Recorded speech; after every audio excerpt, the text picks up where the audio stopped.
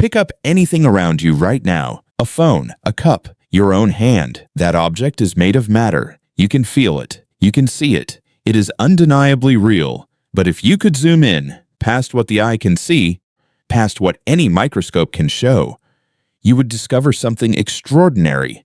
The deeper you look into matter, the less solid it becomes. And at the very bottom of the rabbit hole, physicists have found something so strange, so counterintuitive, and so far from what common sense expects that most people, when they hear it, refuse to believe it. What is matter actually made of? The answer will change how you think about everything you have ever touched. For most of human history, matter was considered the most obvious thing in the world. It was the stuff you could hold, weigh, and measure. The ancient Greeks debated whether matter could be divided infinitely or whether it had a smallest unit, an atom, from the Greek word meaning uncuttable. For over 2,000 years, that question stayed philosophical. Then, in the early 1800s, scientists began finding chemical evidence that matter really did come in discrete units.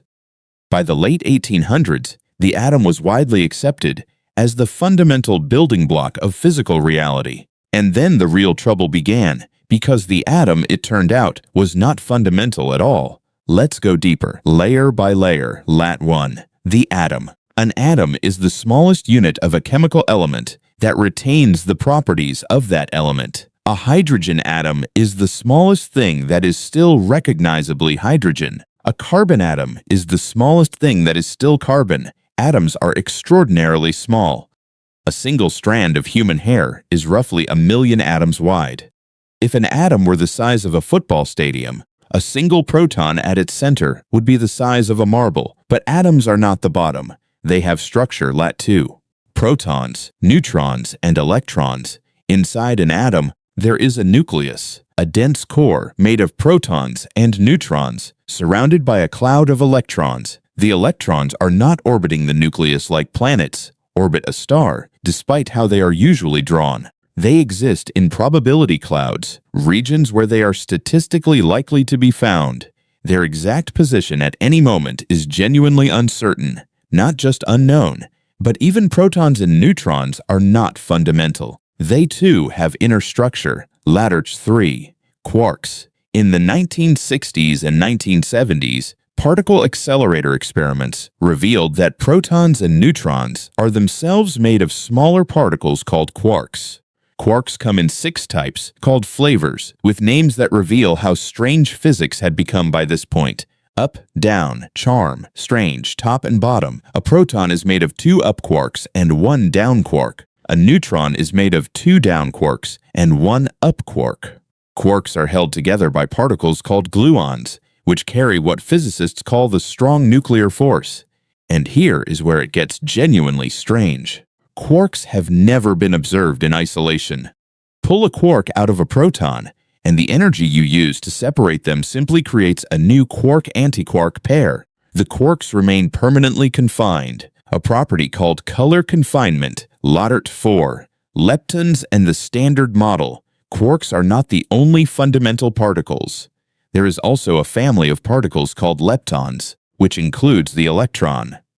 Electrons are not made of anything smaller, as far as we know.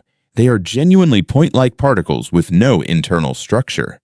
Together, quarks and leptons, along with the force-carrying particles like photons, gluons, W bosons, and Z bosons, form what physicists call the Standard Model of particle physics. This is the most precisely tested scientific theory in human history. Its predictions have been confirmed to extraordinary accuracy, and yet, the Standard Model is not a complete theory of matter. Here is where the science reveals something genuinely extraordinary. When physicists describe quarks and electrons, they are not describing tiny billiard balls. They are describing excitations in quantum fields. Quantum field theory, the framework underlying the Standard Model, describes reality not as particles floating in space, but as fields that extend through all of space. An electron is not a tiny object. It is a disturbance in the electron field, the way a wave is a disturbance in water. The same is true for every fundamental particle. Photons are excitations of the electromagnetic field. Quarks are excitations of quark fields. The Higgs boson, confirmed in 2012 at the Large Hadron Collider, is an excitation of the Higgs field, the field responsible for giving other particles their mass. This means that matter, the solid, tangible, touchable stuff that feels most real, is, at its deepest level, not solid at all. It is patterns of energy in fields, fluctuations, vibrations in the quantum fabric of the universe. The chair you are sitting on is, at the subatomic level, almost entirely empty space, populated by fields and forces rather than solid substance. What feels solid is actually the electromagnetic repulsion between the electron clouds of your body and the chair pushing back against each other. You are not touching the chair, you are being repelled by it. But here is the twist that makes everything even stranger. The Standard Model describes quarks, leptons, and force carriers with extraordinary precision, but it has significant gaps. It does not include gravity. Despite being the most familiar force in daily life, gravity does not fit into the Standard Model. Every attempt to incorporate gravity into quantum field theory, to find the graviton, the hypothetical particle that should carry gravitational force, has failed.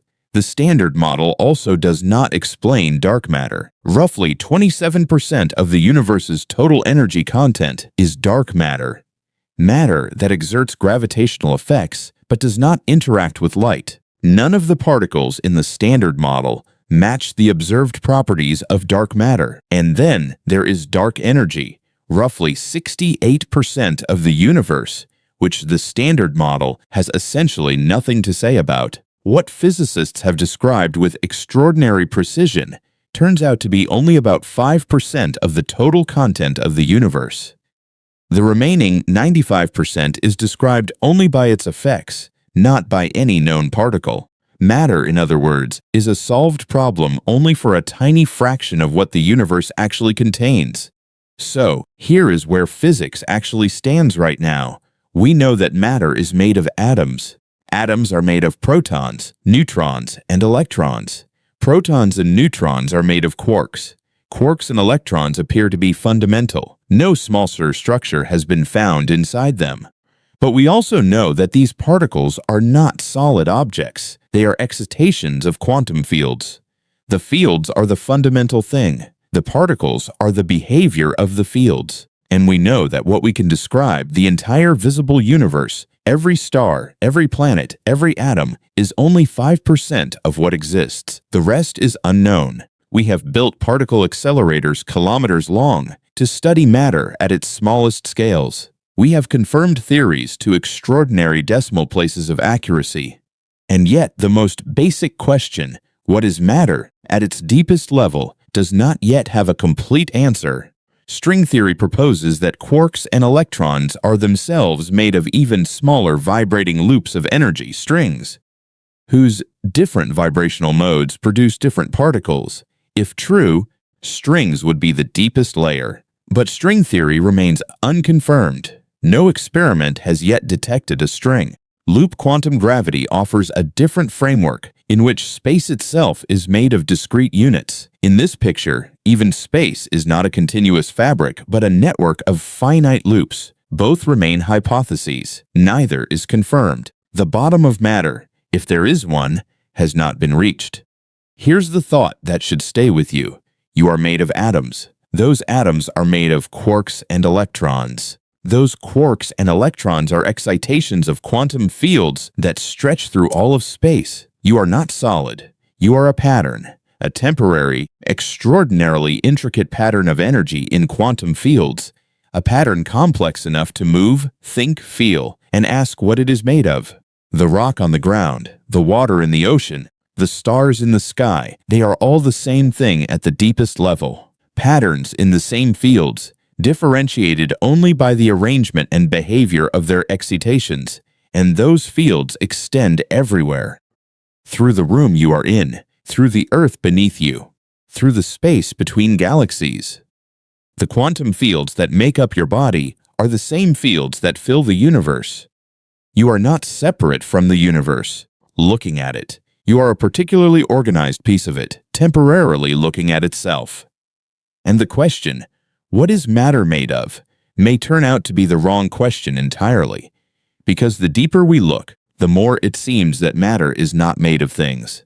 It is made of relationships, of interactions, of patterns in something so fundamental that we do not yet have a name for what it truly is.